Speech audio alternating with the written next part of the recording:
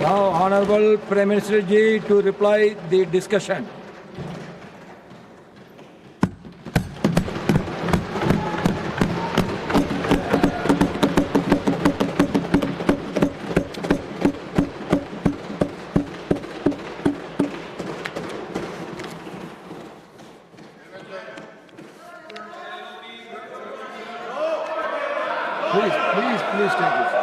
Please take your seat. No, please take your seat. Now, when the Prime Minister is on his legs, please take your seat.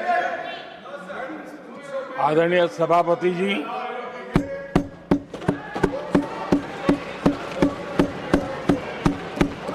राष्ट्रपति जी के अभिभाषण पर आभार व्यक्त करने के लिए take your seat. This is not correct. Please take your seat. This is not correct. Please take your seat. No. Please take your seat. आप बैठिए प्लीज. आप बैठिए please. Prime minister is on his legs. Please आप बैठिए. Please आप बैठिए.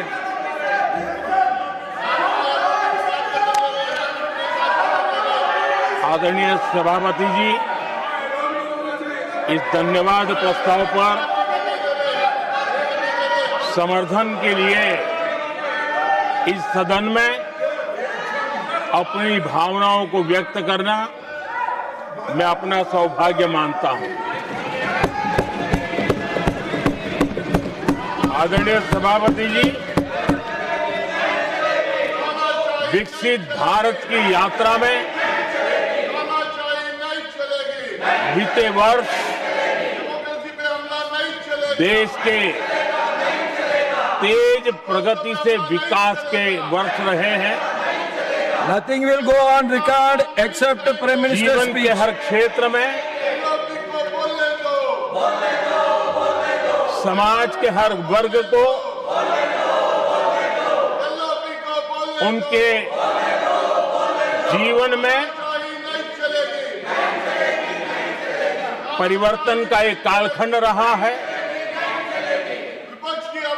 एक सही दिशा में तेज गति से देश आगे बढ़ रहा है। आदरणीय राष्ट्रपति जी ने बहुत ही बढ़िया तरीके से पूरी संवेदनशीलता के साथ उन्होंने This is not correct. इस You विषय please को sit your seat. हम please. सबके सामने प्रस्तुत किया है। आदरणीय सभापति जी, मेरी एक प्रार्थना है, आदरणीय खड़गे जी की उम्र देखते हुए वो बैठ करके भी नारे बोल सकते हैं तो अच्छा होगा, ताकि उनको कष्ट न हो। पीछे नौजवान बहुत लोग हैं, तो खड़गे जी को No. आप बैठते बैठते भी When you are speaking, they are listening. You are नारे listening. बोलने की अनुमति दे दीजिए।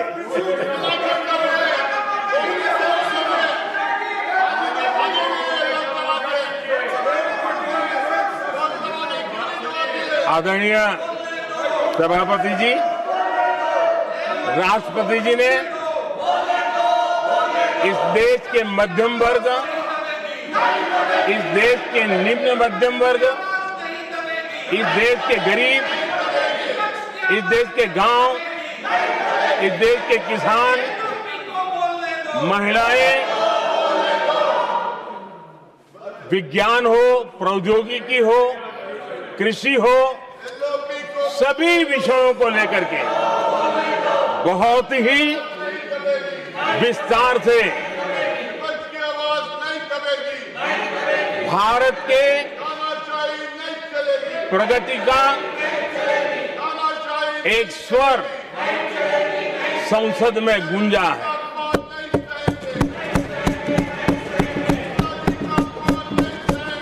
देश के नौजवान भारत के सामर्थ्य को कैसे आगे बढ़ा रहे हैं, इसकी भी विस्तार से चर्चा की है। हर वर्ग के सामर्थ्य को उन्होंने शब्दांकित किया है। और इतना ही नहीं, आदरणीय राष्ट्रपति जी ने भारत के उज्जवल भविष्य के प्रति एक विश्वास व्यक्त किया है। ये अपने आप में हम सबके लिए प्रेरक है। आदरणीय सभापति जी, 21वीं सदी का प्रथम क्वार्टर पूरा हो चुका है, लेकिन ये दूसरा क्वार्टर जैसे पिछली शताब्दी में भारत की आजादी के जंग में दूसरा क्वार्टर बहुत ही निर्णायक बना था। मैं साफ साफ देख रहा हूं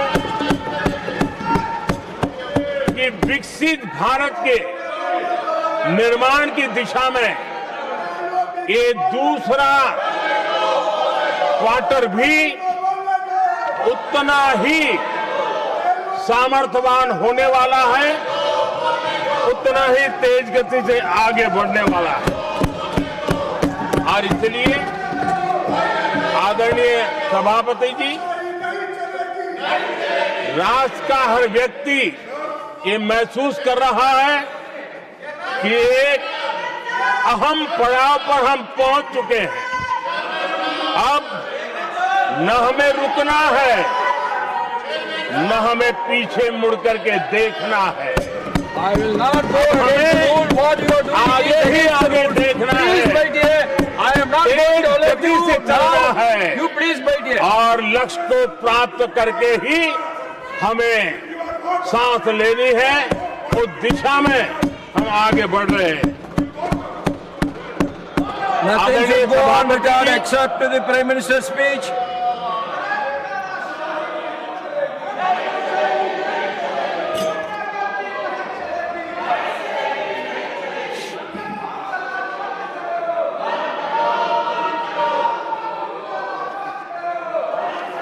आदरणीय सभापति जी, वर्तमान में अगर हम देखें तो भारत के भाग्य के अनेक सुयोग एक साथ हमें नसीब हुए। ये अपने आप में बहुत ही उत्तम संयोग है, ऐसा मैं मानता हूं। सबसे बड़ी बात है, विश्व के समृद्ध से समृद्ध देश भी बुजुर्ग होते जा रहे हैं। वहां की आबादी उम्र के उस पड़ाव पर पहुंची है हम जिन्हें बुजुर्ग के रूप में जानते हैं। हमारा देश ऐसा है जो विकास की नई ऊंचाइयां छू रहा है। उसी समय दिनों दिन हमारा देश युवा होता जा रहा है, युवा आबादी वाला देश है। ये अपने आप में एक बहुत अच्छा सुयोग है। आदरणीय सभापति जी, दूसरी तरफ मैं देख रहा हूं जिस प्रकार से विश्व का भारत के प्रति आकर्षण बढ़ा है, और उसमें भी विश्व भारत की टैलेंट का महात्म्य समझ रहा है। हमारे पास आज दुनिया का बहुत ही महत्वपूर्ण टैलेंट पूल है, युवा टैलेंट पूल है, जिसके पास सपने भी हैं, संकल्प भी हैं, सामर्थ्य भी है। और इसलिए ये दूसरा सुयोग है। शक्ति का आशीर्वाद हमारे साथ है। आदरणीय सभापति जी, भारत आज विश्व में जो चुनौतियां पैदा हो रही है, उन चुनौतियों का समाधान देने वाला एक देश आशा की किरण बना हुआ है, और हम समाधान दे रहे हैं। वैसा ही एक महत्वपूर्ण सुयोग है कि आज मेजर इकोनॉमी में भारत का ग्रोथ बहुत हाई है और हाई ग्रोथ और लो इन्फ्लेशन ये बहुत ही यूनिक संयोग है और ये हमारी अर्थव्यवस्था की मजबूती को प्रदर्शित करता है। आदरणीय सभापति जी, हम जिस गति से आगे बढ़ रहे हैं, जब हमें देश की जनता ने सेवा करने का मौका दिया तब फ्रेजाइल 5 के रूप में ये देश जाना जाता था। जब हमें अवसर मिला तब देश आजाद हुआ तब हम दुनिया में 6 नंबर की इकोनॉमी थे, लेकिन इन लोगों ने ऐसा एक हाल करके रखा कि 11 पे पहुंचा दिया। आज हम 3 पर जाने की दिशा में तेज गति से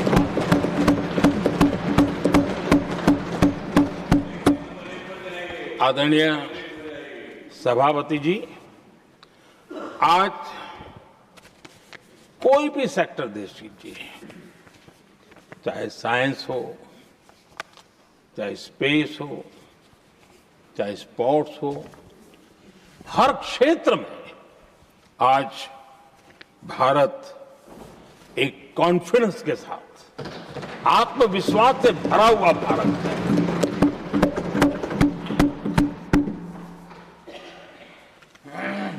कोविड के बाद विश्व में जो स्थितियां पैदा हुई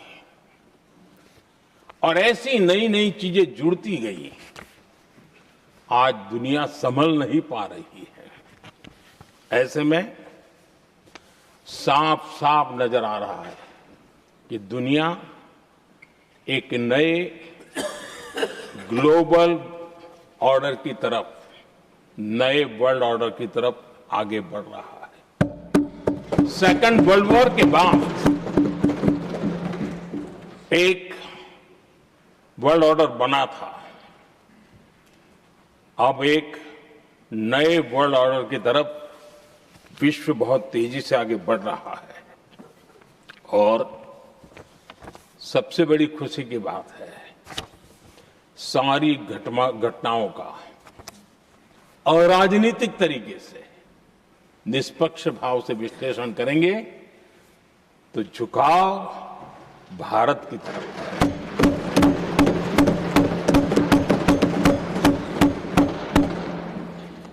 विश्व मित्र के रूप में, विश्व बंधु के रूप में आज भारत अनेक देशों का विश्वस्त पार्टनर बना है और हम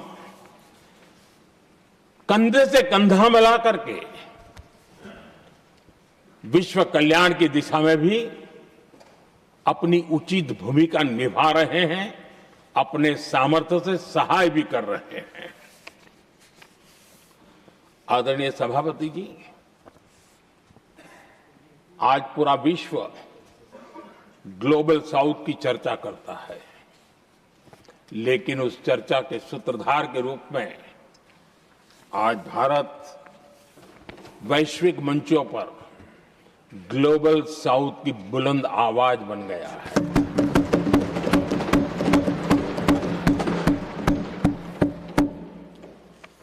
अनेक देशों के साथ आज Bharat future ready trade deals कर रहा है। पिछले कुछ ही समय में दुनिया के महत्वपूर्ण 9 बड़े देशों के साथ 9 बड़े हमारे ट्रेड डील हुए और उसमें मदर ऑफ ऑल डील एक साथ 27 देशों के साथ, यूरोपियन यूनियन के साथ।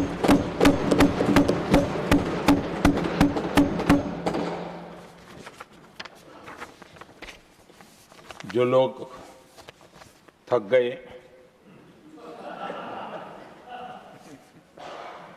बेचारे चले गए, लेकिन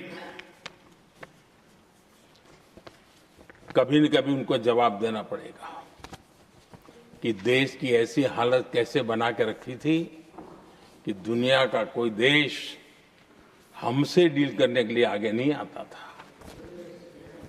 आपने कोशिश की होगी, पीछे पीछे पीछे बहुत चक्कर लगाए होंगे, लेकिन किसी ने आपकी तरफ देखा भी नहीं होगा।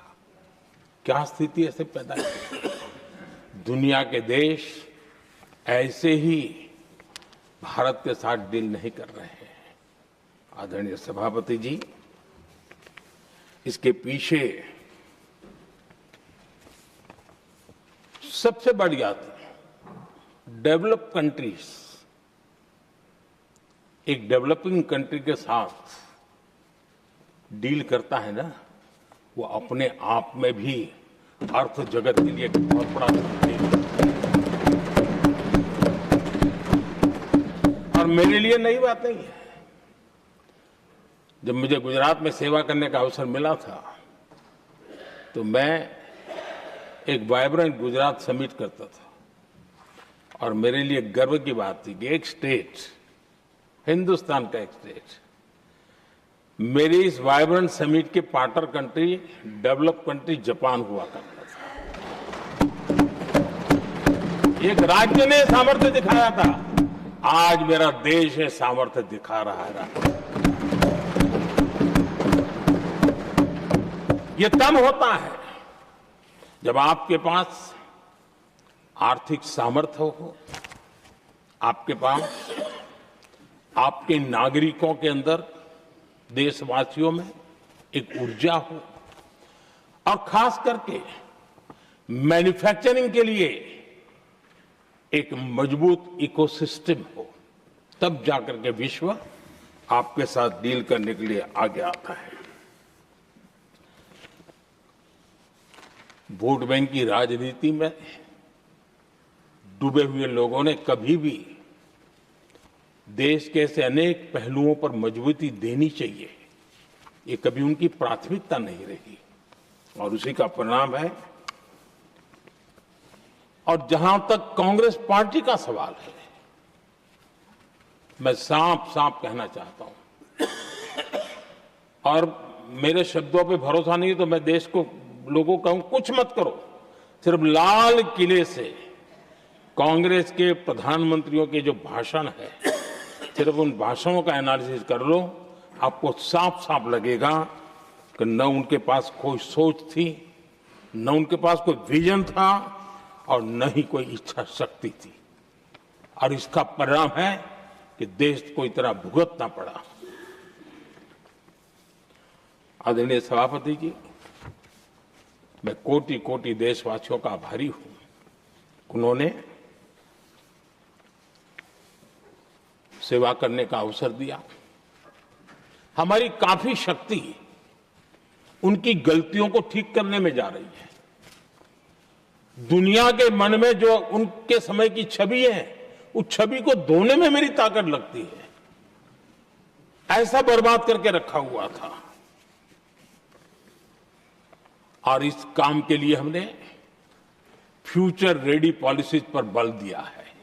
और आज आपने देखा होगा, देश नीति के आधार पर चल रहा है, पॉलिसीज के आधार पर चल रहा है। एडोकिज्म को हमने त्याग कर दिया है, और उसके कारण विश्व का विश्वास बनता है।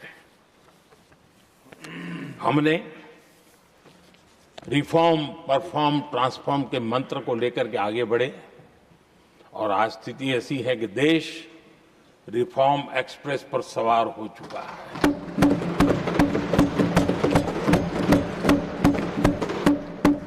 हमने स्ट्रक्चरल रिफॉर्म्स किए हैं, प्रोसेस से जुड़े रिफॉर्म्स किए हैं, पॉलिसीज में रिफॉर्म किए हैं।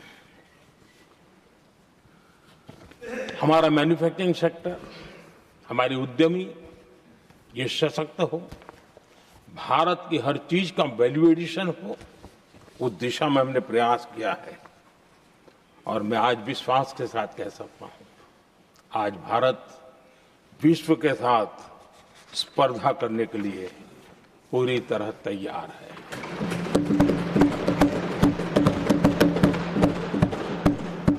जब मैं विश्व के सीईओ फोरम की समिट देखता हूं, आज दुनिया हमारे उद्यमियों को समानता के रूप में देखती है। और जब पिछले दिनों सभी दलों के डेलीगेशन विश्व में गए थे, ये भाव उन्होंने भी अनुभव किया और आकर के मुझे सभी दल के माननीय सांसदों ने अपने अनुभव बता रहे थे, बड़ा गर्व से कह रहे थे कि हाँ, बराबरी से बात हो रही है। ये हमारे लिए अपने आप में बात है। आदरणीय सभापति जी, एमएसएमई का बहुत बड़ा नेटवर्क जितना सामर्थ्यवान होता है, वो लंबे अरसे तक इकोनॉमी को एक ताकत देता है। हमने उस दिशा में बल दिया और हमने कई रिफॉर्म्स किए हैं। आज हमारे एमएसएमई नेटवर्क पर दुनिया का भरोसा बढ़ रहा है। बड़े बड़े हो सकता है हम हवाई जहाज नहीं बनाते होंगे, लेकिन कई हवाई जहाज है जिसमें कई पुर्जे मेरे देश के छोटे छोटे एमएसएमई बना रहे हैं। आदरणीय सभापति जी, देश में हुए इन प्रयासों का नतीजा सबके सामने है। बड़े बड़े देश भारत के साथ व्यापारिक संबंध बनाने के लिए बहुत ही आतुर है।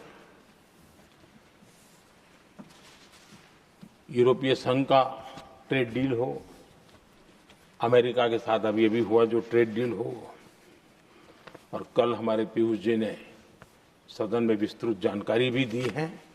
और पूरा विश्व खुल करके इस ट्रेड डील का तारीफ कर रहा है। और उसमें जब यूरोपियन यूनियन के साथ ट्रेड डील हुआ तो विश्व को एक भरोसा हुआ कि अब वैश्विक स्तर पर स्थिरता की संभावना बढ़ेगी। अमेरिका के साथ ट्रेड डील होने के बाद विश्व को और भरोसा हो गया कि जो स्थिरता की एहसास हो रहा था, अब गति का भी एहसास होने लगा है। अब विश्व के लिए शुभ संकेत है। आदरणीय सभापति जी, इसका सबसे बड़ा लाभ हमारे देश के नौजवानों को होगा। और जब मैं नौजवान कहता हूं तो उसमें मध्यम वर्ग का भी नौजवान होता है, शहर का नौजवान भी होता है, गांव का नौजवान भी होता है, बेटा भी होती है, बेटी भी होती है। और इसलिए उसे टुकड़ों में न देखा जाए। मेरे देश के युवा के सामर्थ्य का हमें गौरव करना चाहिए। और उनके लिए पूरा विश्व बाजार अब खुल चुका है। अब उनके लिए अवसर ही अवसर है। और मैं उनको कहता हूं, आइए दोस्तों, मैं आपके साथ कंधे से कंधा मिला करके खड़ा हूं। हिम्मत कीजिए, बढ़िए। देश आपके साथ खड़ा है और दुनिया आपका स्वागत करने के लिए इंतजार कर रही है। आदरणीय सभापति जी, जिस प्रकार से दुनिया में हमारे युवा प्रोफेशनल्स की मांग बढ़ रही है, इवन केयर गिवर्स की मांग बढ़ रही है। हर कोई मिलता है, हमें इस प्रकार के लोग चाहिए। इस प्रकार कुछ लोग तो अपना स्पेशल ऑफिस यहां बना रहे हैं रिक्रूट करने के लिए, योग्य टैलेंट की खोज के लिए। इसका मतलब हुआ कि भारत के प्रोफेशनल्स के लिए भी विश्व में बहुत बड़े अवसर बन रहे हैं। आदरणीय सभापति जी, ये संसद का उच्च सदन, ये एक प्रकार से राज्यों का प्रतिनिधित्व करता है। और जो चर्चा की बारीकियां मैंने देखी, मेरा मन कहता है कि थोड़ा स्तर इसका ऊपर होना चाहिए था। और वहां से तो ज्यादा होना चाहिए। वो तो कितने साल तक सरकारों में रहे हैं, वहां से जरा चर्चा का स्तर ऊंचा होना चाहिए था। लेकिन उन्होंने ये मौका भी गंवा दिया। देश उन पर कैसे भरोसा कर सकता है। आदरणीय सभापति जी, मैं कल एक माननीय सदस्य को सुन रहा था। यूं तो वो अपने आप को राजा कहलाने में बहुत गर्व करते हैं, लेकिन वे आर्थिक असमानता की चर्चा कर रहे थे। बताइए, जो खुद को राजा माने और वो आर्थिक असमानता की बात करे तो आपको लगता है कि क्या यही देखने के बाकी रह गए थे क्या? आदरणीय सभापति जी, हमारे टीएमसी के साथियों ने काफी कुछ कहा। जरा खुद को अपने गरेबा में देखें। निर्मम सरकार पतन के जितने भी पैरामीटर्स हैं, उन सब पैरामीटर्स में नए नए रिकॉर्ड बनाते जा रहे हैं और यहां उपदेश दे रहे हैं। क्या हाल करके रखा हुआ है। ऐसी निर्मम सरकार से वहां के लोगों का भविष्य अंधकार के अंदर डूब रहा है, लेकिन इनको कोई परवाह नहीं है। सत्ता सुख के सिवाय कोई आकांक्षा नहीं है और वे यहां उपदेश देते हैं। घुसपैठ, दुनिया का समृद्ध से समृद्ध देश भी अपने यहां गैर कानूनी नागरिकों को बाहर निकाल रहा है। हमारे देश में घुसपैठियों को बचाने के लिए अदालतों को तब तक प्रेशर पैदा किया जा रहा है। मेरे देश का नौजवान कैसे ऐसे लोगों को माफ करेगा जो घुसपैठियों की वकालत करने के लिए ताकत लगा रहे हैं। और घुसपैठिए मेरे देश के नौजवानों के हक छीन रहे हैं, उनकी रोजी रोटी छीन रहे हैं, आदिवासियों की जमीन छीन रहे हैं। बेटे बेटियों की जिंदगी पर खतरे पैदा हो रहे हैं, लेकिन उनके लिए महिलाओं पर अत्याचार होते रहे। सत्ता नीति के सिवाय कुछ करना नहीं, और वो यहां पर हमें उपदेश दे रहे हैं। और ऐसे चिंताजनक सभी विषयों पर आंखें मूंद करके बैठे हुए वो लोग हैं। एक हमारे माननीय सदस्य काफी कुछ बोल रहे थे, जिनकी पूरी सरकार शराब में डूब गई,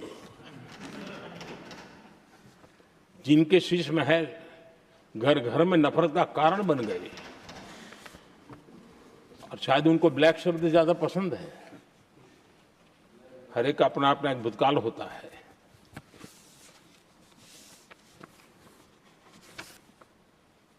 पता नहीं ब्लैक के साथ उनका क्या पुराना रिश्ता है। आदरणीय सभापति जी, ऐसे सभी साथियों से मैं आज जरूर कहूंगा, तुम कितना दुनिया को धोखा दोगे, तुम कितना दुनिया को धोखा दोगे। आईना देख लिया तो अपनी सच्चाई कहां छिपाओगे।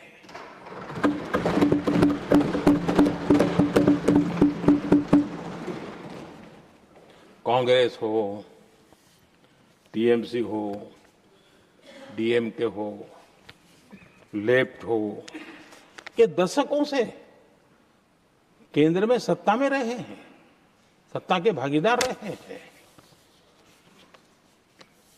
राज्यों में भी उनको सरकारें चलाने का अवसर मिला है, लेकिन उनकी पहचान क्या बनी। आज डील की चर्चा होती है तो गौरव से कहते हैं, तब डील की चर्चा होती थी तो बॉफोर्स डील याद आता था। ये डील होते थे।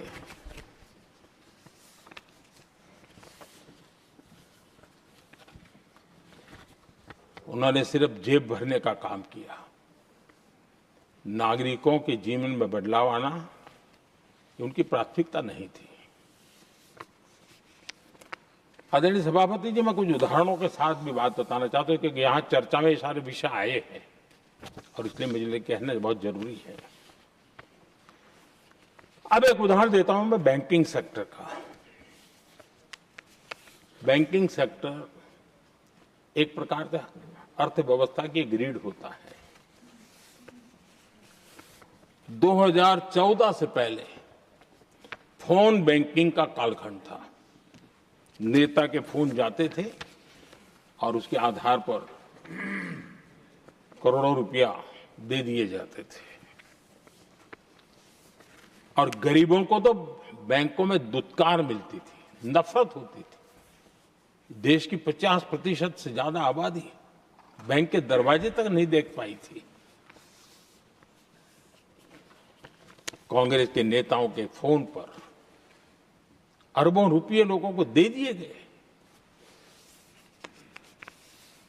और जो ले जाते थे वो अपनी पर्सनल प्रॉपर्टी मान करके पैसे हजम कर जाते थे। यही खेल चलता रहा। कांग्रेस और यूपीए के राज में और आज जो इंडी अलायंस बनकर के बैठे हैं उनके राज में बैंकिंग व्यवस्था तबाही के कगार पर खड़ी थी। मैं नया प्रधानमंत्री के पद का दायित्व मुझे मिला, मैं एक देश के मुखिया से मैं मिला, ऐसे ही बात कर रहा था। मैंने कहा बैंकिंग की दृष्टि से हम कुछ आगे बढ़ना चाहिए। उन्होंने कहा पहले एक बार साहब जरा अभी आप नए हो, आपके बैंकों की व्यवस्था का अध्ययन कर लीजिए। हम कैसे हिम्मत करें? एक देश के नेता ने कोई एक जानकारियां थी, उसने मुझे बताया यहां इनको कोई परवाह ही नहीं। यानी एक प्रकार से उन्होंने जिस प्रकार से बैंकिंग व्यवस्था को एनपीए के पहाड़ खड़े हो गए थे। जहां भी देखो चर्चा चलती थी एनपीए का क्या होगा, एनपीए का क्या होगा, कैसे बचेंगे। आदरणीय सभापति जी, चुनौती बड़ी थी लेकिन हमने समझदारी से काम लिया। बैंकिंग व्यवस्था के सब कर्ता धर्ताओं को विश्वास में लिया। रिफॉर्म की आवश्यकता थी, हिम्मत के साथ रिफॉर्म किए, पारदर्शी व्यवस्था बनाई, ढेर सारे बैंकिंग रिफॉर्म्स हुए और जो सरकारी बैंक दुर्बल हो चुकी थी, ठीक नहीं चल पाती थी, उसको हमने बड़ी बैंक के साथ मर्जर कर दिया। और मुझे याद है किसी एक महाशय बड़े अपने आप को विद्वान मानने वाले ने लिखा था, अगर मोदी सरकार बैंकों में ये कर ले तो हिंदुस्तान का बहुत बड़ा रिफॉर्म हो जाएगा। वो काम मैंने आते ही कर दिए थे। आदरणीय सभापति जी, और इन सारी चीजों का नतीजा हुआ बैंकों में जो बीमारी घर कर गई थी उस बीमारी से बैंकों को मुक्ति मिली। बैंकों का स्वास्थ्य सुधरा, लगातार सुधरा, अभी भी तेजी से आगे दौड़ रहे हैं। और बैंकिंग का जब स्वास्थ्य सुधरा तो लेन देन का कारोबार भी उनका बढ़ा, लोगों को पैसे मिलने लगे, सामान्य व्यक्ति को पैसे मिले। ऐसे ऐसे गरीब लोगों को लोन मिले जिनके लिए कभी बैंक के दरवाजे बंद थे, बेचारा दूर से देख करके उसे जाना पड़ता था। आज मुद्रा योजना जो देश के नौजवान को अपने पैरों पर खड़े रहने की ताकत देता है, मुद्रा योजना जो स्वरोजगार की प्रेरणा देता है, लेकिन स्वरोजगार के भाषण के काम नहीं होता है, उसका हाथ पकड़ना पड़ता है, उसको साथ देना पड़ता है, उसको सहाय देनी पड़ती है। और हमने मुद्रा योजना के साथ द्वारा 30 लाख करोड़ रुपया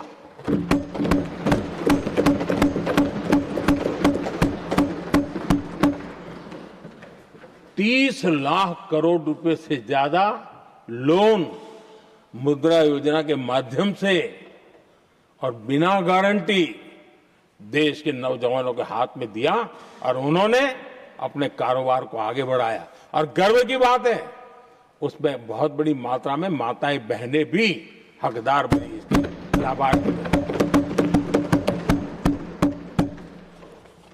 सेल्फ हेल्प ग्रुप, इन दिनों ग्रामीण महिलाएं बड़े सपने देखती हैं, खुद अपने पैरों पर खड़ा होना चाहती थी। विमेन सेल्फ हेल्प ग्रुप का हमने विस्तार तो किया ही किया, लेकिन 10 करोड़ बहनों को हमने सीधी आर्थिक मदद की व्यवस्था की।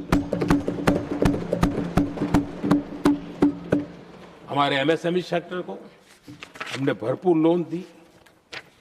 और मैं आज बड़े संतोष के साथ, बड़ी जिम्मेवारी के साथ इस पवित्र सदन में कहना चाहता हूं, हमने एनपीए जिसके पहाड़ हुआ करते थे 2014 के पहले, आज उसको हमने नीचे निम्न स्तर पर लाकर के खड़ा कर दिया।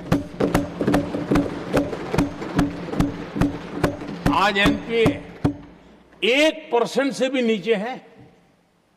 ये अपने आप में बैंकों के स्वास्थ्य के लिए बहुत उत्तम काम हमने किया। इतना ही नहीं, हमारे बैंकों का प्रॉफिट आज रिकॉर्ड पर है, हाई रिकॉर्ड है उसके। ये अपने आप में देश की अर्थव्यवस्था को ताकत देने के लिए, बैंकिंग व्यवस्था मजबूत होती है तो बाकी अर्थव्यवस्था को भी मजबूती मिलती है। उस काम को कहेगा। आदरणीय सभापति जी, मैं एक और उदाहरण देना चाहता हूं। हमारे पीएसयूज, आमतौर पर पीएसयूज के संबंध में मान्यता बन चुकी थी, वो बनते ही हैं बीमार होने के लिए, वो बनते ही हैं बर्बाद होने के लिए, वो बनते ही हैं बंद होने के लिए। हमने इस पूरी मानसिकता को हकीकतों के आधार पर बदलने में सफलता प्राप्त की है। और ये लोग पीएसयूज को लेकर के कितनी गलत बातें फैलाते थे। अर्बन नक्सल की तरह ऐसे पीएसयूज के दरवाजे के बाहर मजदूरों की मीटिंग करके भड़काने का पाप करते थे, गुमराह करने का काम करते थे। इन्होंने LIC, state bank of India और भी एचएएल, ऐसे हर एक को बड़ा भला बुरा और इतना भद्दे तरीके से, जब उनकी सरकार थी तब तो ये इन चीजों को संभाल नहीं पाते थे, उसको कुछ कर भी नहीं पाते थे। आदरणीय सभापति जी, हमने इसमें भी हिम्मत दिखाई। हमने पीएसयूज के संबंध में भी रिफॉर्म्स किए, रिफॉर्म्स की एक लगातार परंपरा चलाई। आज एलआईसी बेस्ट तरीके से उसने पूरे कार्यकाल में, अपना एलआईसी का जन्म हुआ तब तक उत्तम से उत्तम परफॉर्मेंस का कालखंड उसका गुजर रहा है। जिन पीएसयूज को कांग्रेस के नेता ताले लगवाने की कगार पर पहुंच चुका था और उसी पर अपनी राजनीतिक रोटी सेकने का प्रयास भी किया गया था, आज हमारे पीएसयूज रिकॉर्ड प्रॉफिट पर हैं।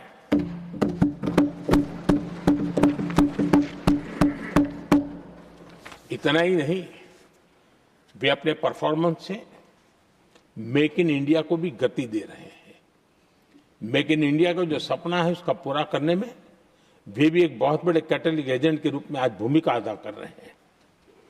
रिकॉर्ड संख्या में रोजगार बना रहे हैं। इतना ही नहीं, हमारे कुछ पीएसयूज आज विश्व के अंदर जा रहे हैं, विश्व में भी अपनी ताकत दिखा रहे हैं, विश्व के साथ जुड़ रहे हैं, दुनिया के कई देशों के विकास यात्रा में वो भागीदार बन रहे हैं। आज हमारे पीएसयूज को बहुत बड़े बड़े ऑर्डर देश से भी और देश के बाहर से भी मिलने लगे हैं। ये अपने आप में मैं जो कहता हूं ना, एक बहुत महत्वपूर्ण पड़ाव पर ये देश 25 साल है, उसका संकेत यहां नजर आता है।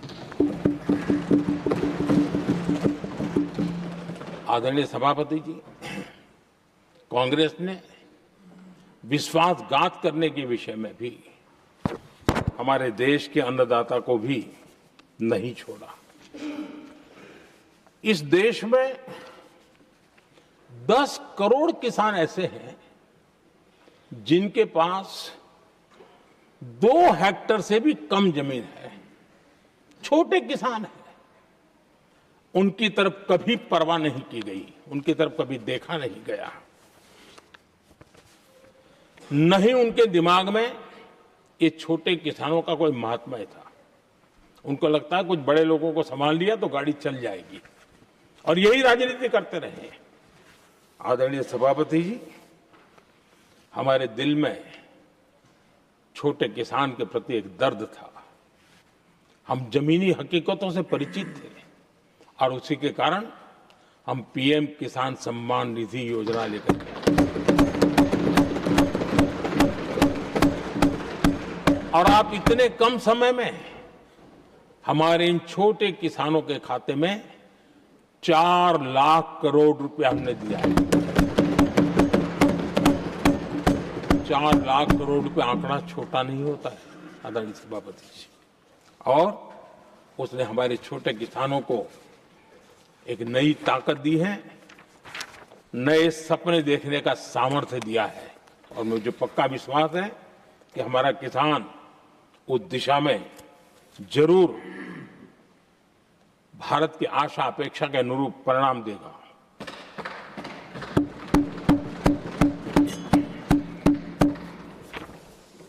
आदरणीय सभापति जी,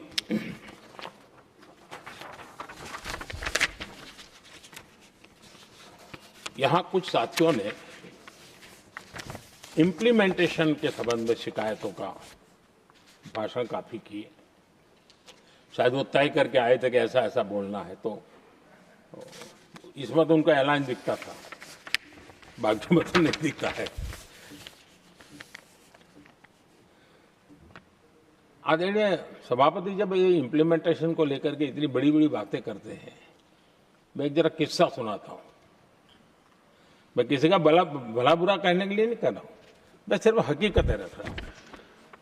परेशानी जिनको होगी उनको होगी, लेकिन तथ्य तो तथ्य ही होते हैं। हमारे देश के एक नेता हिमाचल प्रदेश के दौरे पर देते हैं और वहां से आने के बाद उन्होंने खुद ने ये घटना कहीं सुनाई, रिकॉर्ड पर उपलब्ध है। उसमें उन्होंने कहा,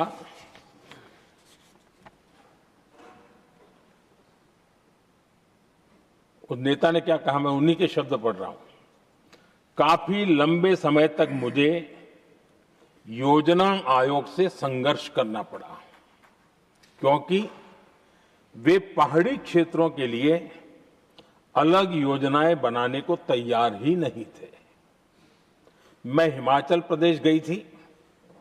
जब मैं वापस आई तो मैंने योजना आयोग में कहा कि हमारे कामदारों को, वर्कर्स को जीप की जरूरत नहीं है, बल्कि खच्चरों की आवश्यकता है, ताकि कम से कम उन पर सामान आदि लादा जा सके। आगे उन्होंने कहा, लेकिन मुझे बताया गया हम पैसा तो जीप के लिए ही देंगे, क्योंकि खच्चरों के लिए पैसे देने की पॉलिसी नहीं है। इसी भाषण में आगे वो कहती हैं, अब वहां सड़कें ही नहीं थी। उनका कहने का कारण यह था कि हिमाचल में जहां वो गई और सड़कें ही नहीं थी। अब वहां सड़कें ही नहीं थी तो फिर उस पर जीप का क्या लाभ हो सकता है? जीप लेकर के कौन जाएगा जहां रोड नहीं है? लेकिन उस समय योजना आयोग का जोर था या तो जीप या तो कुछ भी नहीं। आदरणीय सभापति जी, ये भाषण किसी और का नहीं, ये कांग्रेस के वरिष्ठ नेता और तत्कालीन प्रधानमंत्री इंदिरा गांधी का भाषण है।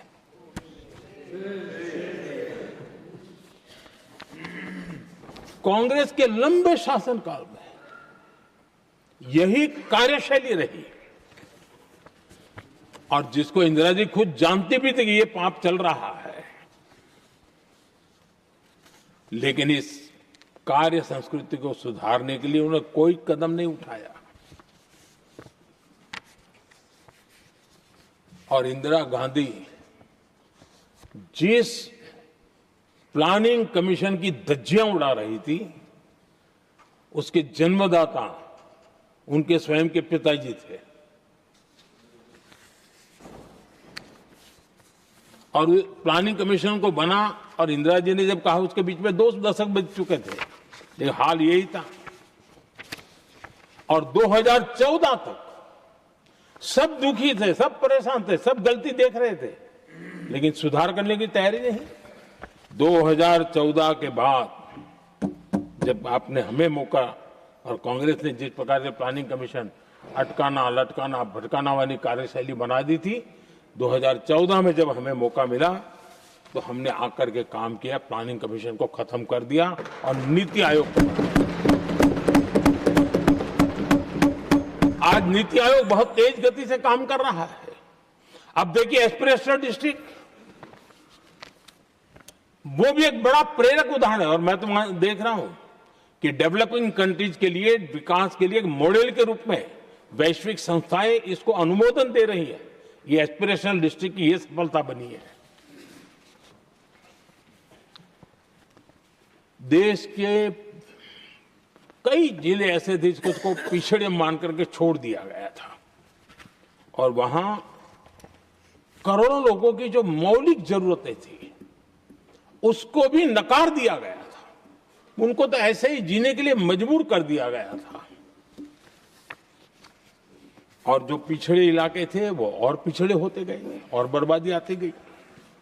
और हालत तो सरकार में ऐसी थी कि जब किसी को पनिशमेंट ट्रांसफर करनी होती थी, पनिशमेंट पोस्टिंग देना होता तो ऐसे ही जिलों में भेजा जाता था ताकि और खराब करे वो। ये हाल बन गया था, ये वर्क कल्चर बन गया था। हमने इस स्थिति को बदला। सबसे पहला आग्रह किया, यंग होनहार अफसरों को लगाया जाएगा और पूरा 3 साल का मौका उसको दिया जाए काम करने का। एक के बाद अब निर्णय किए। और आज देखिए किसी समय छत्तीसगढ़ का हमारा बस्तर एस्पिरेशनल डिस्ट्रिक्ट में था। आज वो बस्तर पूरे देश में बस्तर ओलंपिक के नाम से चर्चा में है।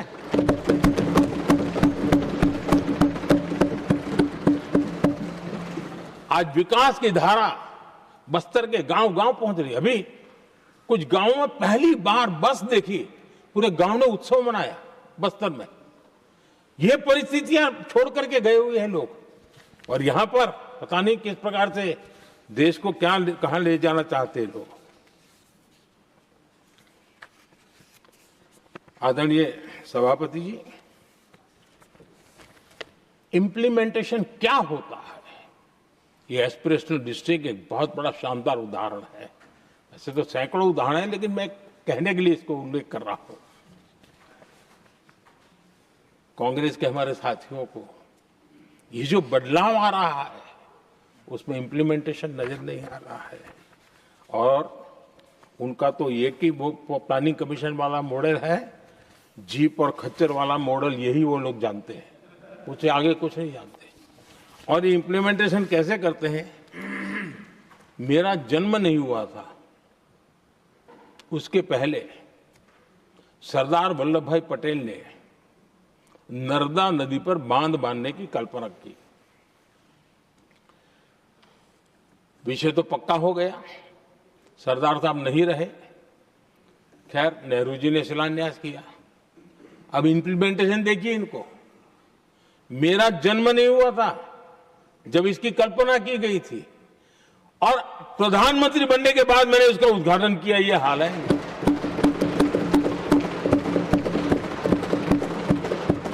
और उनका इंप्लीमेंटेशन देखिए, मुझे मुख्यमंत्री रहते हुए 3 दिन अनशन पर बैठना पड़ा था नर्मदा सरदार सरोवर डैम के लिए, मेरे राज्य के किसानों के लिए। मैंने अपने आप को दांव पर लगा दिया था, तब जाकर के भारत सरकार को झुकना पड़ा और तब जाकर के सरदार सरोवर डैम के कंस्ट्रक्शन को गति मिली। और यहां मैं पहुंचा तब मुझे उसका उद्घाटन करने का सौभाग्य मिला। और आज कच्छ तक हावड़ा बीएसएफ के लोग जहां बैठते हैं वहां तक नर्मदा का शुद्ध पानी पीने के लिए पहुंच रहा है। इंप्लीमेंटेशन क्या होता है, और यहां पर इम्प्लीमेंट किसी ने शब्द पकड़ा दिया, हर एक के मुंह से वही निकल रहा था। हमने कांग्रेस की कार्यशैली को बदलने के लिए जब मैंने देखा कई ऐसे काम थे अटके पड़े हुए, कोई पूछने वाला नहीं थे फाइलों में, और पॉलिटिकल फायदे के लिए अनाउंसमेंट कर दिए, दिए जला दिए, पत्थर लगा दिए, करना कुछ नहीं। आखिरकार मैंने एक टेक्नोलॉजी वाला प्लेटफॉर्म बनाया यहां आकर के, प्रगति के नाम से। ये प्रगति प्लेटफॉर्म का मैं उदाहरण देता हूं, आप हैरान हो जाएंगे। मुझे एग्जैक्ट याद नहीं है, लेकिन शायद हिमाचल में एक ट्रेन उन्होंने पार्लियामेंट में घोषित की थी, शायद ऊना और कोई।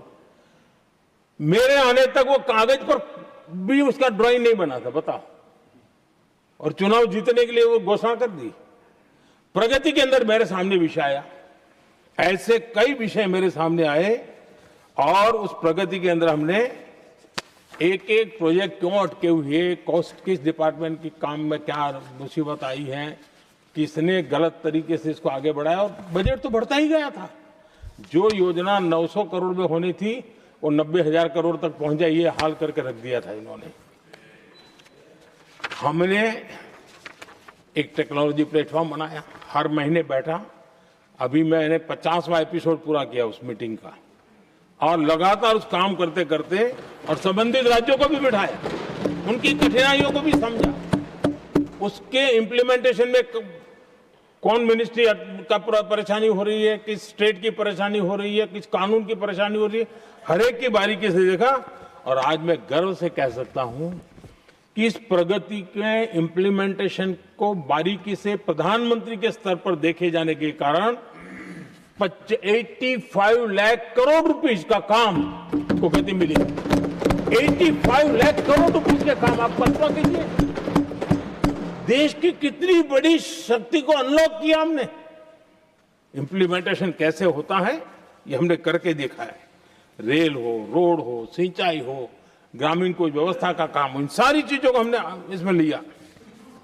अब जैसे जम्मू उधमपुर श्रीनगर बारामूला रेल लाइन, आज ये प्रोजेक्ट पूरा हुआ, और बर्फबारी में इन दिनों आपने देखा एक वीडियो बहुत पॉपुलर हुआ है, बर्फ के बीच में से चारों तरफ बर्फ की चादर छाई हुई है और वंदे भारत ट्रेन निकल रही है, और लोग कहते हैं गलती मत करना, ये तो विदेश है, ये हिंदुस्तान है, ये रील चल रहे हैं बाजार में।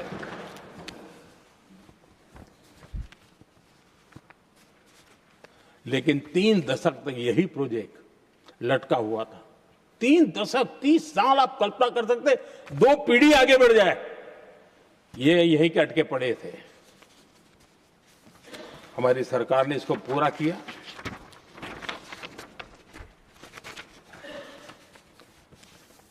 आदरणीय सभापति जी, मैं असम की बात करता हूं, और कोई ये मत सोचो कि मैं चुनाव है इसलिए बोल रहा हूं, इनके पाप है इसलिए मुझे कहना पड़ रहा है। कांग्रेस सिर्फ इमेजिन करती है और इंप्लीमेंट करने का उनको कोई लेना देना ही नहीं होता है। अब असम का बोगीबिल ब्रिज, ये बोगीबिल ब्रिज अरुणाचल और असम को जोड़ने वाला बहुत महत्वपूर्ण ब्रिज, कितने ही सालों तक ये प्रोजेक्ट लटका रहा। हमने प्रगति के माध्यम से इसको रिव्यू किया, और असम सहित पूरे नॉर्थ ईस्ट को बहुत बड़ी सुविधा वाला ये काम हमने पूरा किया।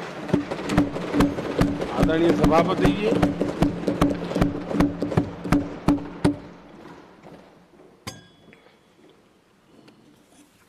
इंप्लीमेंटेशन की बातें जब करते हैं तो एक बार हमारे पास तो तथ्यों के साथ चीजें हैं कि हमने चीजों को समय पर पूरा करने की दिशा में आगे बढ़े। और इन दिनों तो जो काम कर रहे हैं समय से पहले हो रहा है। हमने पूरी दुनिया को कहा था कि हम 2030 तक यहां पहुंचेंगे सोलार में, हमने वो काम 2025 में कर दिया। हमने इथेनॉल का समय तय किया था, हम उसमें भी 2-3 साल पहले ही काम पूरा कर लिया। तो एडवांस में हम काम पूरा करने का, इंप्लीमेंटेशन की ताकत हमारे से उससे भी ज्यादा है। आदरणीय सभापति जी, भाजपा हो, एनडीए हो, हमारा अप्रोच, चीजों की तरफ देखने का हमारा दृष्टिकोण, समस्या के समाधान के लिए हमारी सोच, और कांग्रेस के बीच में आसमान जमीन का अंतर है, बहुत फर्क है। मैं आपको उदाहरण देता हूं। हमारी सोच ये है कि 140 करोड़ देशवासी ये इतने सामर्थ्यवान हैं कि वह चुनौतियों को समाधान दे सकते हैं। ये हमारी सोच है, हमारा भरोसा है देशवासियों पर, उनके सामर्थ्य पर हमारा भरोसा है और यही लोकतंत्र की भी सच्ची ताकत होती है। लेकिन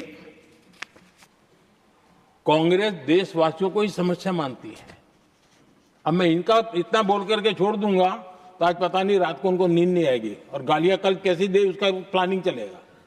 लेकिन मैं उदाहरण के साथ बताना चाहता हूं किस प्रकार से लोग सोचते थे देशवासियों के लिए।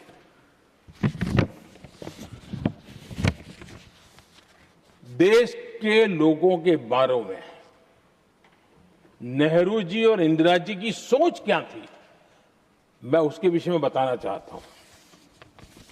इंदिरा जी एक बार ईरान गए थे और ईरान में वो भाषण दे रही थी और उस भाषण में उन्होंने नेहरू जी के साथ जो बातचीत हुई थी उसका उल्लेख किया। खुद ने कहा है, उन्होंने कहा, और मैं जो इंदिरा जी ने कहा था उसको कोट कर रहा हूं, जब किसी ने मेरे पिताजी से पूछा, यानी नेहरू जी से पूछा कि उनके सामने कितनी समस्याएं हैं, तो उन्होंने उत्तर दिया था 35 करोड़। नेहरू जी ने जवाब दिया था कि उनके सामने कितनी समस्याएं हैं, बोले 35 करोड़। उस समय हमारे देश की जनसंख्या थी 35 करोड़। अब आगे देखिए, 35 करोड़ देशवासी नेहरू जी को समस्या लगते थे। ऐसा कोई मुखिया हो सकता है क्या जी? और इस बात का उदाहरण देते हुए इंदिरा जी ने आगे कहा कि आज देश की जनसंख्या 57 करोड़ है, इसलिए मेरी समस्याओं की संख्या भी उतनी ही बड़ी है। यानी पिताजी को 35 करोड़ समस्या वाले देशवासी लगते थे, अब 57 करोड़ उनको समस्या। कोई ऐसा हो सकता है जो अपने ही देशवासियों को समस्या माने? ये फर्क है उनकी सोच और हमारी सोच में, ये फर्क है उनके अप्रोच और हमारे अप्रोच में।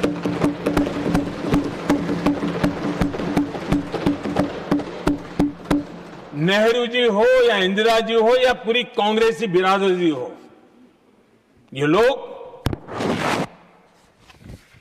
भारत के लोगों को समस्या मानते हैं।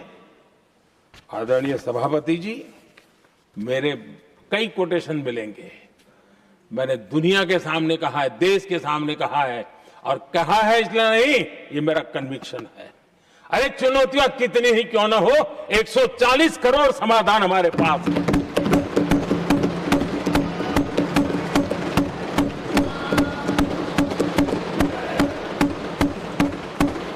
हमारे लिए देशवासी समर्थक की पूंजी है।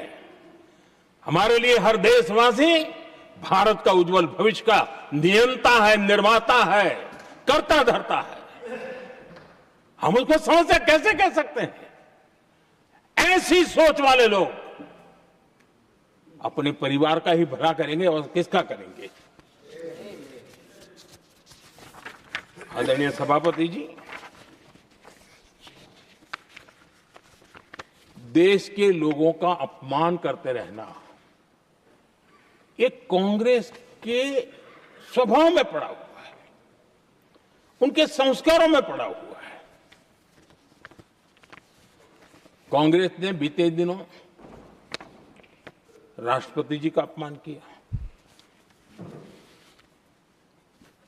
चुनाव के बाद जिस प्रकार से हमारे राष्ट्रपति जी के लिए शब्द कहे गए हैं,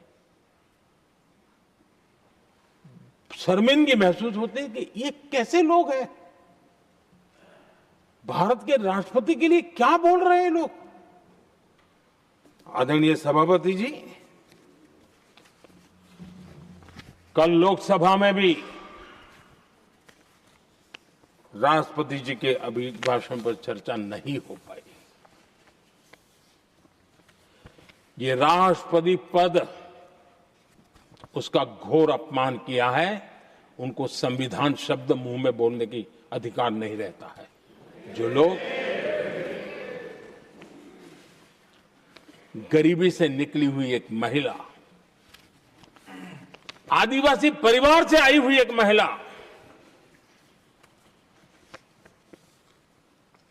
जब आपने लोकसभा में जो व्यवहार किया है, आपने आदिवासी समाज का अपमान किया है, आपने महिला का अपमान किया है, भारत के सर्वोच्च पद पर विराजमान, संविधान ने जिनको सर्वोच्च पद दिया है, आपने उनका अपमान किया है, आपने संविधान का अपमान किया है।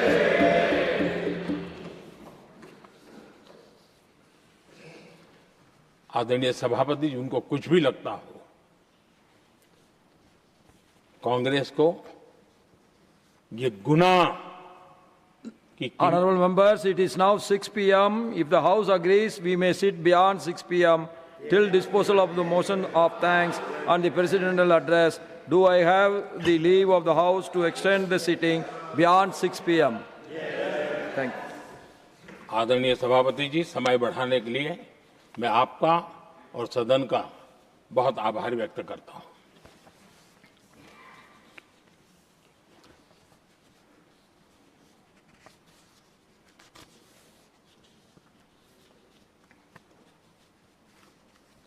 आदरणीय सभापति जी, बड़ी दर्दनाक लोकसभा की घटना है और शायद हताशा निराशा तो हम समझ सकते हैं, लेकिन इसके लिए देश के पवित्र लोकतंत्र के मंदिर को ही इस रूप में कर देना, और उस समय चेयर पर असम के ही हमारे एक माननीय सांसद बैठे थे और उस समय कागज फेंके गए, टेबल पर चढ़ दिया गया। क्या ये नॉर्थ ईस्ट का अपमान नहीं है? क्या असम के नागरिकों का अपमान नहीं है? कल फिर दोबारा किया उन्होंने, और उस समय आंध्र के दलित परिवार का बेटा चेयर पर बैठा था, उसको भी अपमानित किया। यानी आपने नॉर्थ ईस्ट का अपमान, चेयर में बैठा अपमान करो, आंध्र के एक दलित परिवार का बेटा चेयर पर बैठा, उसका अपमान करो। सदन ने इनको काम दिया हुआ है, सबने मिलकर के काम दिया हुआ है, लेकिन वो दलित समाज से आते हैं, इसलिए आप अपमान करते हो।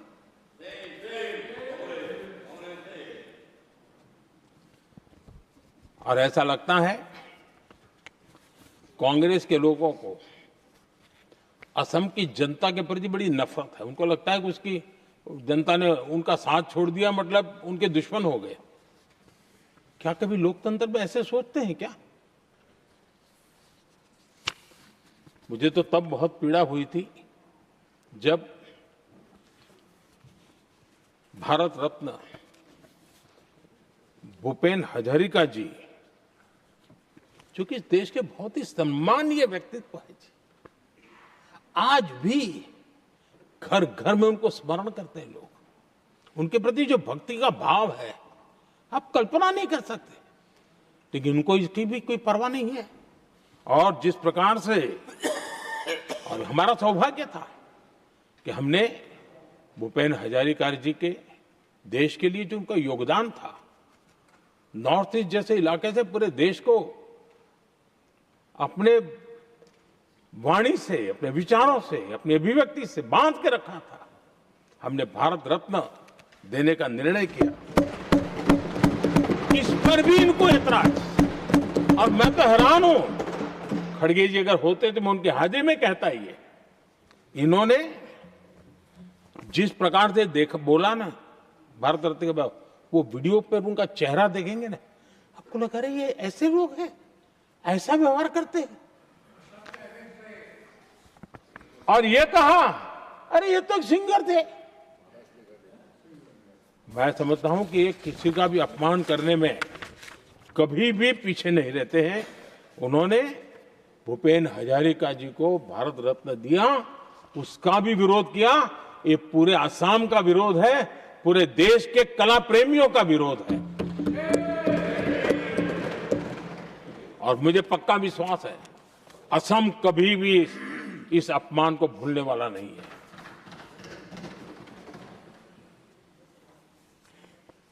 आदरणीय सभापति जी,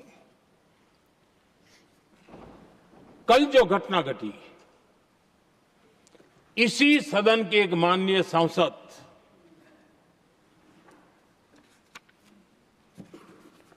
कांग्रेस के शातिर दिमाग जिनका है ऐसे एक युवराज ने उनको गद्दार कह दिया। अहंकार कितनी सातवें आसमान पर पहुंच चुका है इनका। और कांग्रेस को छोड़कर के कितने ही लोग निकले हैं, कांग्रेस के कितने टुकड़े हुए हैं, कई लोग दूसरे दलों में गए हैं, लेकिन औरों को तो किसी को गद्दार नहीं कहा उन्होंने। लेकिन कल सांसद को गद्दार इसलिए कहा क्योंकि वो सिख थे। ये सिखों का अपमान था, एक गुरुओं का अपमान था। और कांग्रेस के अंदर जो कूट कूट करके सिखों के प्रति नफरत भरी पड़ी है ना, उसका वो अभिव्यक्ति थी। और इसी सदन के माननीय सांसद है वो, और उनको जरा भी दर्द नहीं, वरना आज खड़े होकर के कह सकते थे कि कल जो हुआ इसी सांसद की गरिमा के अनुरूप नहीं था, हमें खेद है, एक शब्द तो बोल लेते। लेकिन सिखों के प्रति उनके मन में जो नफरत भरी पड़ी है, और इसी के कारण उन्होंने कल, और जिसका परिवार देश के लिए शहादत देने वाला परिवार के वो सदस्य है, उन्हें अपने राजनीतिक विचारों में परिवर्तन किया, इसलिए गद्दार हो गए। और एक गद्दार शब्द छोटा नहीं है। मेरे देशवासी को कोई गद्दार कहे, ये कैसे देश सहन करेगा? और वो भी एक सिख है इसलिए गद्दार कहना बहुत दुर्भाग्य की बात है। और ऐसे लोग कांग्रेस को नहीं डुबाएंगे तो क्या करेंगे?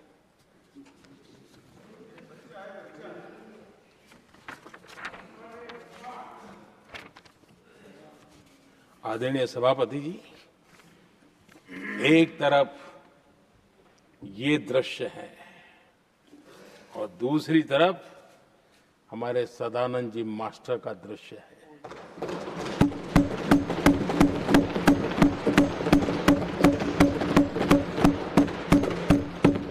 राजनीतिक विद्वेष के कारण उनके दोनों पैर काट दिए गए। भरी जवानी में दोनों पैर काट दिए। कटे हुए पैर से जिंदगी गुजार रहे हैं, लेकिन संस्कार इतने ऊंचे हैं कि वाणी में भी अपशब्द नहीं निकलता है, बर्तन में भी कटुता नजर नहीं आता। गर्व होता है। और कल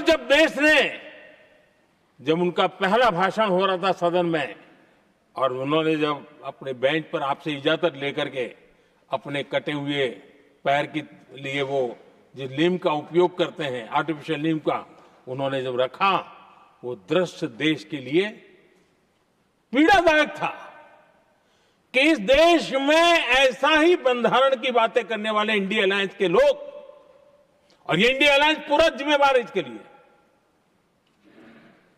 वैचारिक असहमति के कारण एक नौजवान के, और वो भी एक टीचर, शिक्षक के प्रति गर्व से, आदर से देखा जाता है, उसके पैर काट दे।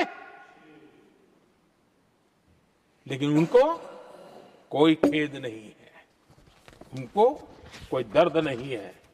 लेकिन मैं मास्टर सदानंद जी को हृदय से अभिनंदन करता हूं कि उन्होंने जिस प्रकार से इतनी भयानक हमले के बाद भी देश की सेवा का अपना व्रत जारी रखा, और आज देश की नीति निर्धारण में अंदर अपना योगदान दे रहे हैं। ये गर्व की बात है। और ऐसे लोगों के सहारे हम राजनीति में जीते हैं, काम करते हैं। देश के लिए जीने मरने की प्रेरणा मिलती है। ये संस्कार हमें पाए हैं ऐसे लक्षावधि कार्यकर्ताओं के तब से पाए हुए हैं। आदरणीय सभापति जी,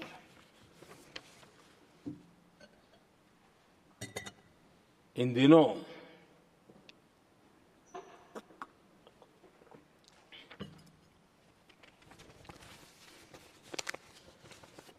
और वैसे कांग्रेस के हमारे साथियों का मुझ पर जरा विशेष प्रेम है, वो स्पेशल प्रेम है। और जब मैं जिम्मेवारी जो मिली है उसके तहत, और जिम्मेवारी न मिलती तो भी देश के लिए जीना तुमने सीखा है। हम विकसित भारत की जमीन मजबूत कर रहे हैं, उसको एक ताकत दे रहे हैं। एक तरफ देश के युवाओं के लिए मजबूत जमीन तैयार कर रहा हूं, तो कांग्रेस मोदी की कब्र खोदने के कार्यक्रम करवा रही है। और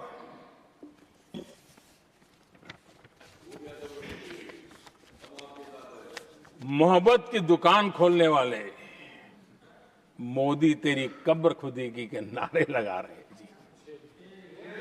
ये कौन सी मोहब्बत की दुकान है जो देश के ही किसी नागरिक के कब्र खोदने के सपने देखती हो? ये कौन सा संविधान से उन्होंने सीखा है जो देश के ही किसी नागरिक के कब्र खोदने की बात करते हो? क्या ये संविधान का अपमान नहीं है? क्या ये मानवता का अपमान नहीं है? क्या ये सार्वजनिक जीवन की मर्यादाओं का अपमान नहीं है? और उनको इसका कोई खेद नहीं है। अगर इसके बाद क्या बयान देंगे? बयान देखो, प्रधानमंत्री राज्यसभा में भी रो रहा था।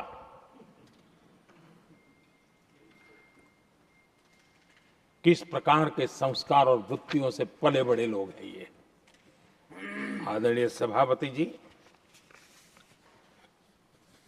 मेरे लिए कोई अनुभव मेरा बहुत पुराना है।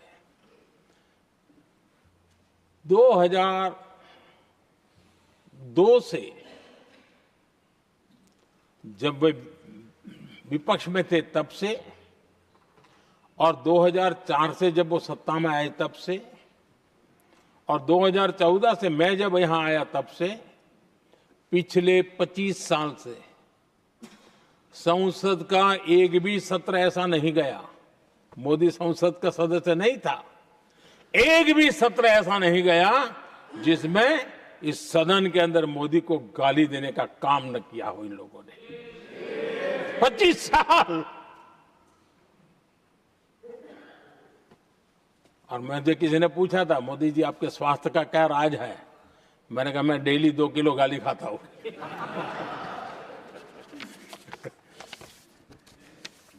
आदरणीय सभापति जी, ये मोदी की कब्र क्यों खोदना चाहते हैं?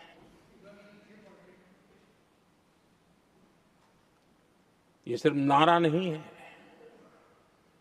ये इनके भीतर पड़ी हुई नफरत का प्रतिबिंब है, इसकी अभिव्यक्ति है। और वे इसलिए हैं, हमने 370 की दीवार गिरा दी, इसलिए वो मोदी की कब्र खोदना चाहते हैं। हमने नॉर्थ ईस्ट में बम, बंदूक और आतंक का जो छाया बना रहता था, नॉर्थ ईस्ट में शांति और विकास का राह अपनाई, इसलिए वो मोदी की कब्र खोदने पर सोच रहे हैं। पाकिस्तानी आतंकियों को घर में घुस करके जवाब देते हैं, इसलिए मोदी की कब्र खोदने की बात कर रहे हैं। ऑपरेशन सिंदूर करते हैं, इसकी उनको परेशानी होती है और इसलिए वो मोदी की कब्र खोदते हैं। माओवादी आतंक से देश को मुक्ति दिलाने के लिए साहसपूर्ण कदम उठा रहे हैं। इसलिए मोदी की कब्र खोद दी है आपको। हमने नेहरू जी ने देश के साथ बहुत बड़ा अन्याय किया था, सिंधु जल समझौता करके। उस सिंधु जल समझौते को हमने एबेंस में डाल दिया। क्या इसलिए आप मोदी की कब्र खोदने के नारे लगा रहे हो? आदरणीय सभापति जी, कांग्रेस की परेशानी कुछ और है। ये पचा नहीं पा रहे कि मोदी यहां तक पहुंचा कैसे। अब उनकी परेशानी बढ़ती जा रही है कि भाई पहुंचा तो पहुंचा, लेकिन अब तक टिका क्यों है। और इसलिए वे एक ही रास्ता उनके लिए बचा हुआ लग रहा है कि मोदी तेरी कब्र खुदेगी। आदरणीय सभापति जी, ये तो मान करके बैठे थे। उनका लोकतंत्र, संविधान का कोई लेना देना नहीं। उनको तो लगता है कि प्रधानमंत्री पद उनके परिवार की जागीर है, उस पर कोई और बैठ नहीं सकता। ये जो उनके भीतर में नफरत पड़ी हुई है ना, मोहब्बत की दुकान में जो आग भरी पड़ी हुई है ना, उसका परिणाम है। और इसीलिए कोई क्यों बैठा, हमारा पैतृक अधिकार था, इसलिए मोदी की कब्र खोदने का नारा लेकर के वो चल रहे हैं। आदरणीय सभापति जी, कांग्रेस के शाही परिवार को देश ने दशकों तक अवसर दिया है, ऐसा नहीं है। देश ने आपके लिए भी अपना भविष्य दांव पे लगाया था, लेकिन आपने गरीबी हटाओ के नारे लगाए, गुमराह किया। लाल किले पर से कांग्रेस के एक भी प्रधानमंत्री के भाषण में गरीबी हटाने की बात ना आई हो, ऐसा नहीं हुआ है। लेकिन किसी भी प्रधानमंत्री ने गरीबी हटाने के लिए क्या किया, वो एक बार भी नहीं आया। वो नारे से अधिक कुछ नहीं था उनका। और मोदी ने रास्ता अपनाया गरीब को एम्पावर करने का, गरीब को सशक्त करने का। और मेरे देश के गरीबों को मैं सलाम करता हूं। उन्होंने देश की योजनाओं को समझा, स्वीकारा और अपने सामर्थ्य को बढ़ाने के लिए प्रयास किया। मैं देश के गरीबों का गौरवगान करता हूं कि हमारी नीतियों पर भरोसा करके, हमारी नीयत पर भरोसा करके उन्होंने भी अपने आप को खपाने के लिए कोई कमी नहीं रखी। और 25 करोड़ मेरे गरीब परिवार के भाइयों ने गरीबी को परास्त किया और खुद गरीबी से बाहर आए हैं। मैं उनको सलाम करता हूं। मेरे 25 करोड़ देशवासी जो निराशा में पड़े हुए थे, दूर एक आशा की किरण दिखाई दी, उठ खड़े हुए और आज हमारे साथ चल पड़े। आदरणीय सभापति जी, 2014 के पहले ये इम्प्लीमेंटेशन की बातें करते थे। हमारे यहां सैकड़ों लोग रेलवे क्रॉसिंग पर मरते थे। स्कूल की बस रेलवे क्रॉसिंग से जा रही है, 20-20, 25-25 स्कूल के बच्चे मरने की खबरें आती थी।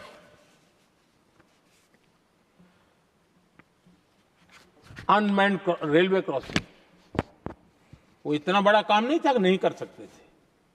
ये काम भी मुझे करना हुआ और हमने सारे अनमैन्ड क्रॉसिंग बंद कर दिए, लाखों लोगों की जिंदगी बचा ली। इसलिए ये मोदी की कब्र खोदना चाहते हैं। आदरणीय सभापति जी, 2014 से पहले इस देश में 18,000 गांव ऐसे थे जिनको बिजली का मतलब पता नहीं था। बिजली का कोई तार होता है, कोई बल्ब होता है, कोई लट्टू जलता हुआ उसमें उजाला निकलता, पता नहीं था उनको। 18,000 गांव 2014 के बाद जब आपने हमें दायित्व देशवासियों ने दिया, उन 18,000 गांव जिन्होंने कभी बिजली का मुंह तक नहीं देखा था, बिजली का शब्द भी कान पे नहीं सुना था, उन गांवों में उजाला पहुंचाया। इसलिए इनको मोदी की कब्र खोदने के सिवाय अब कोई रास्ता नहीं दिख रहा है। आदरणीय सभापति जी, वो भी एक वक्त था जब देश में बार बार खबरें आती थी, मीडिया में हेडलाइन हुआ करती थी, सरहद की स्थिति के संबंध में बयान आते थे, गोला बारूद नहीं है, बुलेट प्रूफ जैकेट नहीं है, बर्फ के बीच खड़ा है, बर्फ में खड़े रहने के लिए जो जूते चाहिए वो जूते तक नहीं उसके पास, ये खबरें आती थी। हमने देश के जवानों के लिए खजाने खोल दिए, देश के जवानों को जो चाहिए वो देने की चल पड़ी। और इसलिए वो चाहते कि अब तो कोई रास्ता बचा नहीं है, बस कब्र खुदेगी मोदी की, यही एक रास्ता उनके लिए बचा है। आदरणीय सभापति जी, एक बार उत्तर प्रदेश के वर्तमान मुख्यमंत्री जी ने सदन में भाषण करते करते वो रो पड़े थे। दिमागी बुखार के कारण बच्चे, अनगिनत बच्चे मर रहे थे। इनको कभी सूझा नहीं कि इस दिमागी बुखार से मुक्ति दिलाई जा सकती है। आदरणीय सभापति जी, आंख की बीमारी ट्रकोमा, लोग परेशान होते थे, आंखें चली जाती थी और विज्ञान प्रगति कर चुका था, हो सकता था, वो नहीं कर सकते थे। हमने दिमागी बुखार से भी मुक्ति दिलाई और हमने ट्रकोमा से भी देश के लोगों की आंखें बचाई। यही सफलताएं हैं, यही संवेदनशीलता है, समाज के लिए जीने मरने का यही संकल्प है। पल पल, तिल तिल समाज के लिए बिताना, घिसना, झलना, वो उनको परेशान कर रहा है। तब जाकर के मोदी तेरी कब्र खुदेगी, ये मंत्र लेकर के चल रहे हैं, ये सपने देख करके चल रहे हैं और बातें लोकतंत्र की करते हैं। मोहब्बत की दुकान के साइन बोर्ड लगाते हैं। क्या सार्वजनिक जीवन में ऐसी नफरत होती है? आदरणीय सभापति जी, इनकी सरकार रिमोट से चलती थी, मेरी सरकार भी रिमोट से चलती है।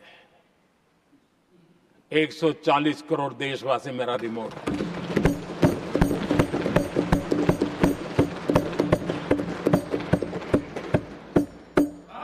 एक 140 करोड़ देशवासियों के सपने, 140 करोड़ देशवासियों की आकांक्षाएं, देश के नौजवानों के संकल्प, इनके लिए हम जीते हैं, इनके लिए सरकार चलाते हैं। सत्ता हमारे लिए सुख का रास्ता नहीं है, सत्ता हमारे लिए सेवा का माध्यम है।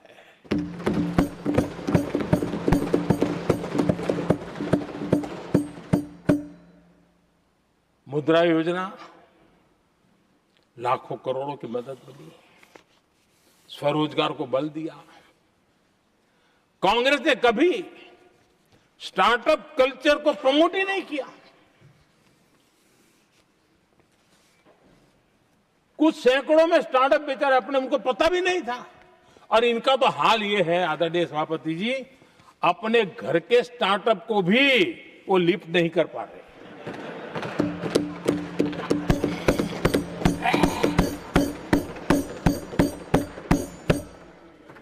और हमारी सरकार में आज 2 लाख से ज्यादा स्टार्टअप है।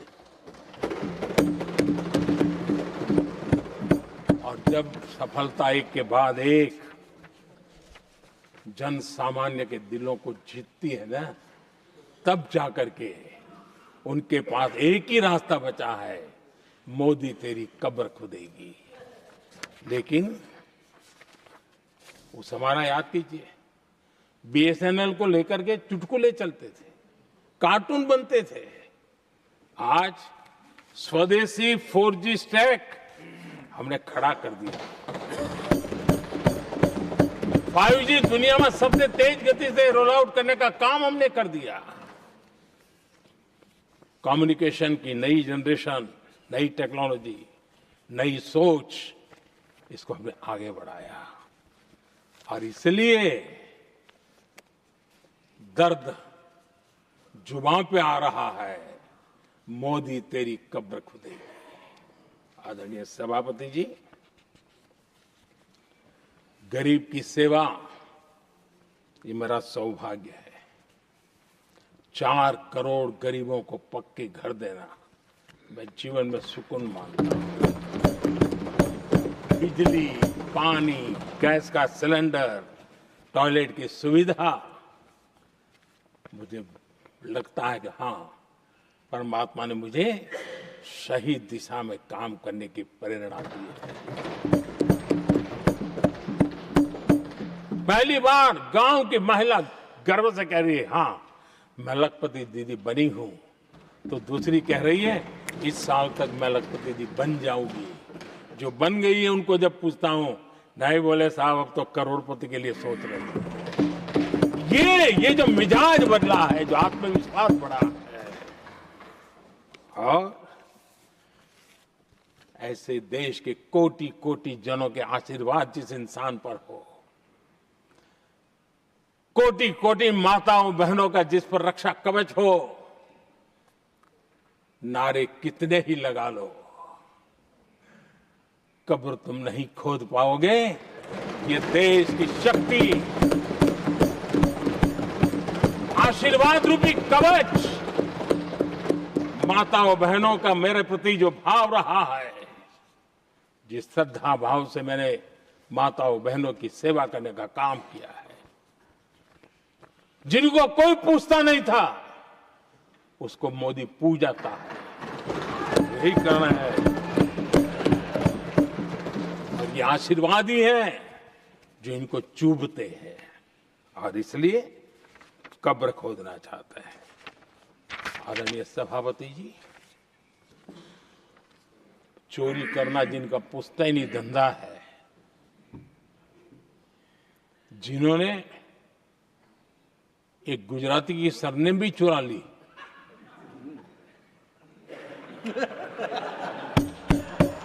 महात्मा गांधी की सरनेम चुरा ली,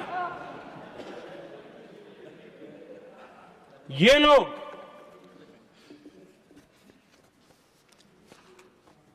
और देश की जनता इतनी समझदार कि ऐसी पटक देती है, ऐसी पटक देती है लोगों को।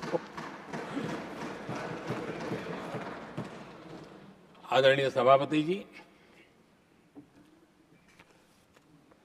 हम एक विकसित भारत का सपना लेकर के चले, और आज वो सपना देश के लोगों की ऊर्जा के कारण संकल्प में बदल चुका है। आज कहीं पर भी जाइए, हर कोई ये कहता है कि 2047 तक विकसित भारत बनना है, और मैं हैरान हूं, कुछ हमारे साथी सदन में इतने निराशावादी, इतने जमीन से कटे हुए लोग, बदलती हुई दुनिया से अनभिज्ञ लोग पता नहीं क्या बोल रहे हैं। वो कहते हैं हम मोदी ये भी 2047 की क्या बोल रहा है, 2047 किसने देगा है? हमारे देश के लिए, आजादी के लिए जो लड़ते थे, जो फांसी के तख्त पर चढ़ जाते थे, जो लाठियां खाते थे, गोलियां खाते थे, जो काला पानी की सजा के लिए अंडमान निकोबार की सेल्यूलर जेल में जिंदगी बिता देते थे। लक्षावधि नौजवान अपने पढ़ाई का, भविष्य का सोचे बिना, कोई परवाह किए बिना सिर्फ देश के लिए सोचने के लिए निकल पड़े थे। क्या उन्होंने कभी ये सोचा होता कि यार हमारे कालखंड में तो आजादी मिलेगी नहीं, कि मैं क्यों करूं?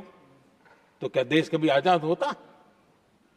ये इतने निराशावादी लोग हैं कि जब मैं डिजिटल इंडिया की बात करता था, मैं फिनटेक की चर्चा करता था, मैं यूपीआई की बात करता था, तो ये कहते थे अरे इस देश में गरीब आदमी मोबाइल फोन पर कैसे पैसों का कारोबार करेगा? 3 साल के भीतर भीतर देश ने दिखा दिया ये हो सकता है।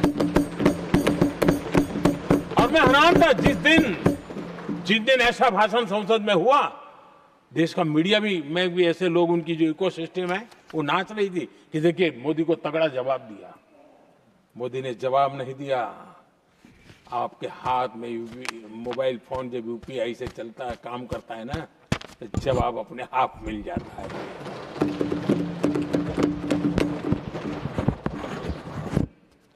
आदरणीय सभापति जी, कांग्रेस के समय एक व्यंग चला करता था और आमतौर पर कहा जाए और सीरियस नेचर की चर्चा में भी आता था, हंसी मजाक में भी आता था। इंडिया मिस द बस, ये कॉमन वर्ड हो चुका भाई, मौका गंवा दिया, बाजी हाथ से चली गई। इंडिया मिस द बस, ये हमेशा होता था। आदरणीय सभापति जी, आज भारत कोई बस मिस नहीं कर रहा है, आज भारत काफिले का नेतृत्व कर रहा है।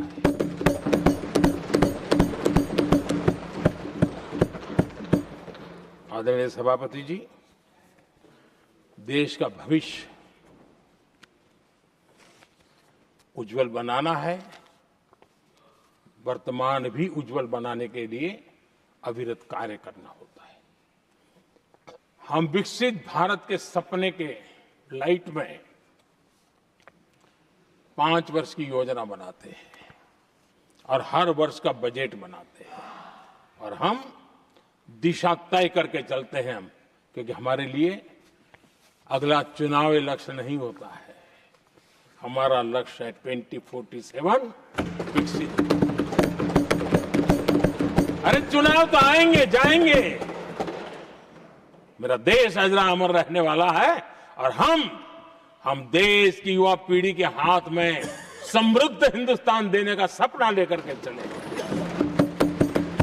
जिन बच्चे जो आज जो घर में बालक है ना, उनको भी मैं देख करके कह सोचता हूं कि मैं इसके हाथ में ऐसा हिंदुस्तान दे करके जाऊं ताकि हमें अपने काम का संतोष हो। 2047 क्यों, 2047 क्यों, ये बातें करते हैं। आदरणीय सभापति जी, आज जिस प्रकार से हम इनिशिएटिव लिए, चाहे स्पेस हो, साइंस हो, टेक्नोलॉजी हो, समंदर की गहराई हो, जल थल नभ अंतरिक्ष, हर क्षेत्र में नए संकल्प, नई ऊर्जा, नए कदम और नई सिद्धियों को लेकर के देश आज आगे बढ़ रहा है। हम ग्रीन हाइड्रोजन पर काम कर रहे हैं, हम आने वाले युग को समझ पा रहे हैं। हम क्वांटम कंप्यूटिंग की बात कर रहे हैं, हम एआई मिशन को लेकर के चल रहे हैं और आज दुनिया मानने लगी है कि एआई मिशन भारत बहुत कुछ दुनिया को दे सकता है। ये विश्वास आज दुनिया में बना है। आज दुनिया में क्रिटिकल मिनरल, रेयर अर्थ राजनीतिक हथियार बन गया है। हम उस पर फोकस कर रहे हैं ताकि कभी भारत को किसी के पास हाथ फैलाने की नौबत ना आ जाए। आदरणीय सभापति जी, ऐसे तो अनगिनत प्रोजेक्ट हैं जिसमें विदेश का इन्वेस्टमेंट आना ही आना है, क्योंकि अब हर किसी को अपना भविष्य भारत की भूमि में नजर आ रहा है। हर किसी को अपना भविष्य भारत की टैलेंट के भरोसे नजर आ रहा है। हर किसी को भविष्य भारत के उज्जवल भविष्य के साथ खुद के उज्जवल भविष्य को जोड़ करके दिखता है और इसलिए दुनिया इसलिए दुनिया आज विकसित भारत की बात हम क्यों कर रहे हैं, जिनके दिमाग में नहीं पड़ता है, दुनिया को समझ आ रहा है कि भारत ने सही दिशा पकड़ी है। चलो अब चर्चा वहां चल रही है कहीं हम बस न चुक जाए। कल तक चर्चा चलती थी इंडिया बस मिस करता है, अब दुनिया को लगता है अब हम लेट न हो जाए, वहां आने की स्पर्धा चल रही है। आदरणीय सभापति जी, आने वाला समय भारत के लिए अवसरों से भरा हुआ है, भारत के नौजवानों के लिए अवसरों से भरा हुआ है। भारत के उज्जवल भविष्य के लिए मैं पूरी संभावनाएं रेखांकित कर सकता हूं, मैं देख सकता हूं, और उसके दिशा में नीतियां बनाकर हम आगे चल रहे हैं। हम इसको और मैं चाहता हूं, मेरे देशवासियों को निमंत्रण देता हूं, और मैं देशवासियों को आज सदन से भी कहना चाहूंगा, मैंने मन की बात में भी इसका उल्लेख किया था, मैं यहां पर सभी माननीय सांसदों से भी कहूंगा कि आप भी अपने अपने क्षेत्र में से लोगों को बताइए, जब दुनिया भर में इतने अवसर पैदा हुए हैं, उसको स्थायित्व तब मिलता है जब हम उत्तम प्रकार की चीजों को लेकर के जाए, हम क्वालिटी को कॉम्प्रोमाइज न करें। मुनाफा कम क्यों न हो, लेकिन क्वालिटी को हम निरंतर उत्तम करते जाएंगे।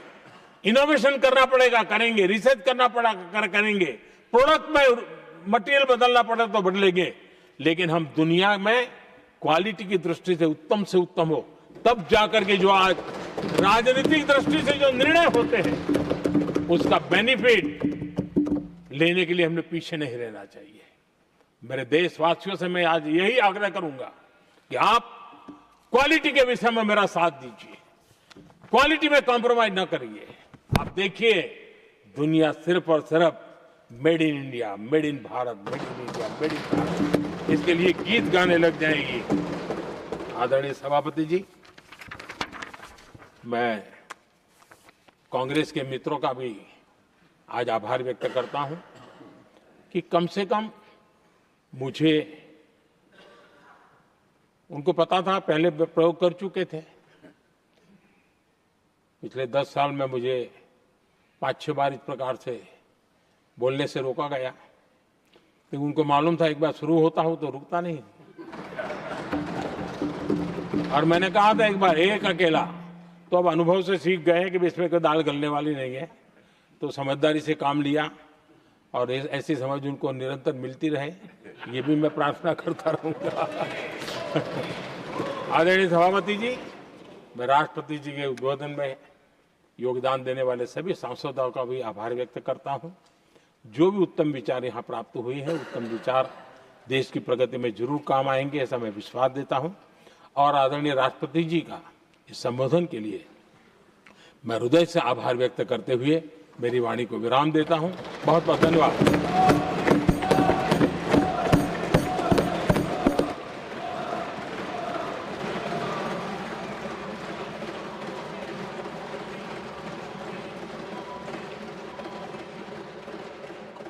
I shall now